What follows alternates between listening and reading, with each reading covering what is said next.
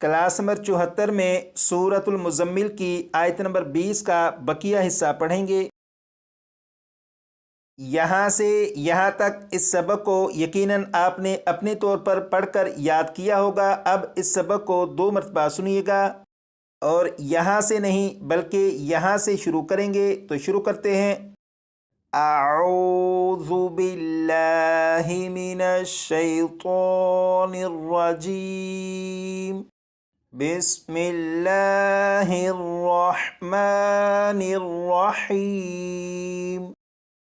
व आखरून यضरिबून फिल अर्दि यब्तगून मिन फद्लिल्लाहि व आखरून युकातिलून फी सबीलिल्लाह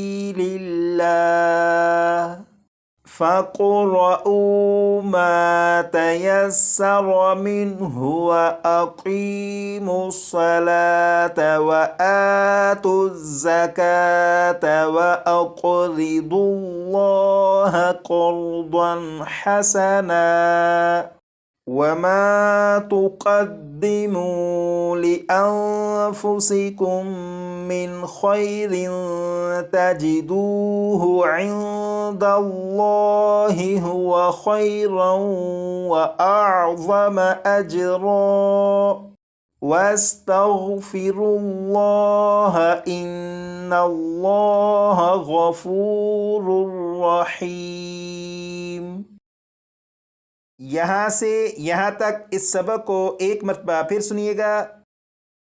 व आखरून यضरिबून फिल अर्दि यब्तगून मिन फद्लिल्लाहि व आखरून युकातिलून फी सबीलिल्लाह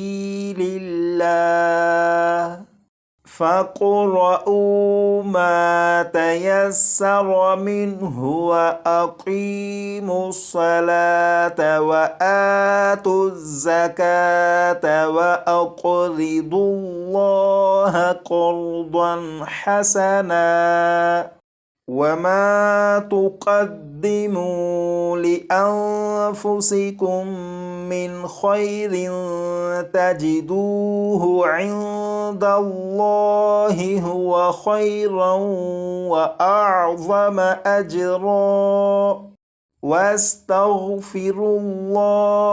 इन्नल्लाह गफूरुर रहीम।